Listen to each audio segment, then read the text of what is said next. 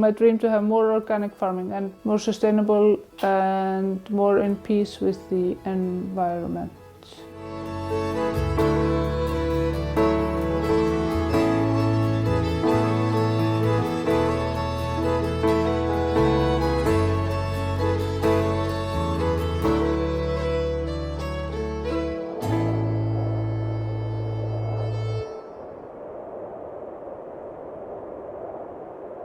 I wanted this farm to be a good farm also. I was sure I could do it, and I wanted to prove I could do it. And I'm also really connected to the nature and to the animals. I'm not good with people, but I'm good with animals, and so it's easier for me to live with them.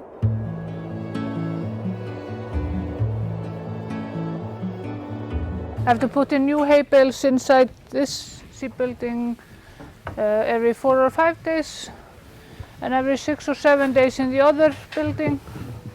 So then it takes a little bit longer to feed them because you have to have new hay bales, but that is like a machine job for the tractor and the small machine. But when the hay is all inside and everything's ready, then it doesn't have to take more than an hour in the morning and an hour in the evening. But then between the feeding, there is always something that has to be done, like usually on farms. But once the Christmas, when everything is ready for Christmas, and then the Christmas and January, that's the easiest time. That's the most quiet time on the farm. And then I try to rest, read books and just do as little as possible. And then in February the scanning season starts, and that's quite crazy. Then I'll hire someone to take care of my sheep and travel around for like 6 weeks scanning. So I only have like this a little over 1 easy month, but on normal sheep farms this time is a little bit longer.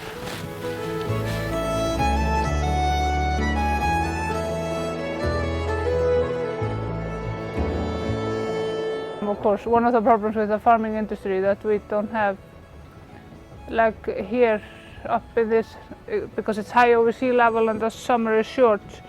So if I want to both grass feed the sheep from the grass fields in the spring and in the fall, and also make hay from the grass fields, then I have to fertilize quite a lot. But I also use the shit from the sheep, from the ground of the sheep house, take the shit out and use it to increase the fertilization of the ground. But the other grassland that is not like a grass field that I'm using like this, I'm only using it for the mountains and those areas that are only used for the grass feeding of the sheep for like July, August and beginning of September. Then that land has to take care of itself.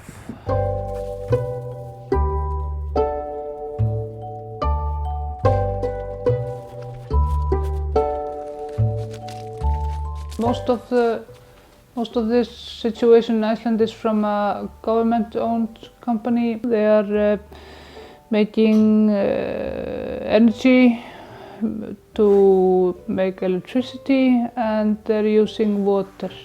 They're building a big dams to make huge lagoons and make power plants to produce electricity. A lot of grassland going under, and partly it was on a property that I owned, so I was in situation to use my power as the owner of the land. So in the late 2016 the battle cooled down because of this saying of the scientists that this was a bad idea. It's really unfair because they had one guy that he just had a job to make this going through. So he was just visiting the farmers, chatting and trying to get along with them and planning and organizing, and he was getting paid for this. And then you have the farmer like me who already has too much to do every day. So it's really unfair battle, and that's how it is. That's how it's always been. But I'm hoping as time slowly changes and people are realizing how important the nature is.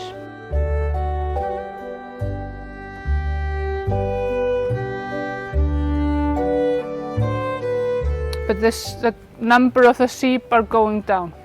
Fewer sheep because different people doesn't eat so much lamb meat anymore in Iceland, not as they used to do. So the number of the sheep is going down, so the grassland is improving. But because it's easy, like everything, if you want to damage something, you can easily do that. But if you want it to remain good and to give it to next generations in better shape, then you can also do that also. It's just how you handle it.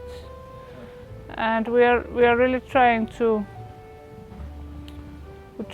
do our best, but of course there are people that are really obsessed about this use of the land.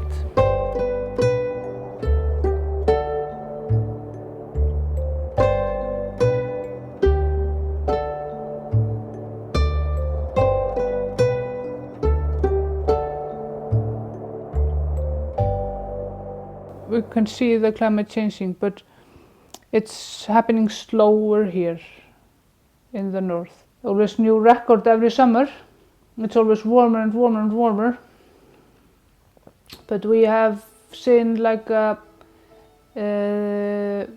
weather is more crazy. It's always been a lot of rain, of course, but now it's a few times it's been raining so much, and the weather can be really stormy or really warm when it shouldn't be so warm, really dry. And last year we had almost a very little snow until the middle of January, and then we had a lot of snow. And it was still a lot of snow here in April. The Gulf Stream, the warm stream in the sea, would, for example, stop because of the climate changing and changing in the sea level. And then we will have a really cold climate in Iceland, for example. We can have different scenarios, but it's definitely happening. It will change if we don't do anything. And maybe we're even too late to do anything. I'm not sure if it's... But the Earth will probably... The Earth doesn't need us, we need the Earth, so...